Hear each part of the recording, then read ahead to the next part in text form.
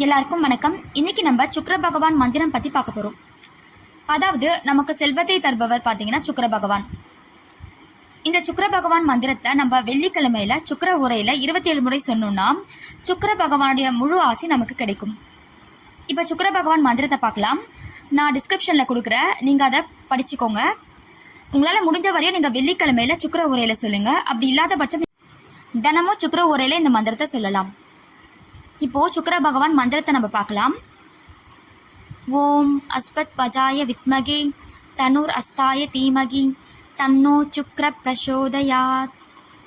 இன்னொரு தடவை சொல்கிறேன். ஓம் அஸ்பத் பஜாய வித்மகே தனுர் அஸ்தாய தீமகி தன்னோ சுக்ர பிரசோதயாத்.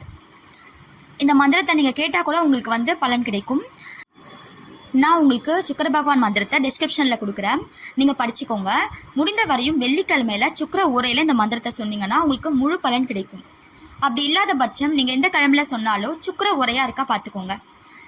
அந்த உரையில் நீங்கள் 27 முறை நீங்கள் சொன்னீங்கன்னா உங்களுக்கு சுக்கிர பகவானுடைய அருள் பரிபூர்ணமாக கிடைக்கும். இந்த மந்திரம் சொல்வதனால உங்களுக்கு பார்த்தீங்கன்னா செல்வம், புகழ் எல்லாமே உங்களுக்கு கிடைக்கும்.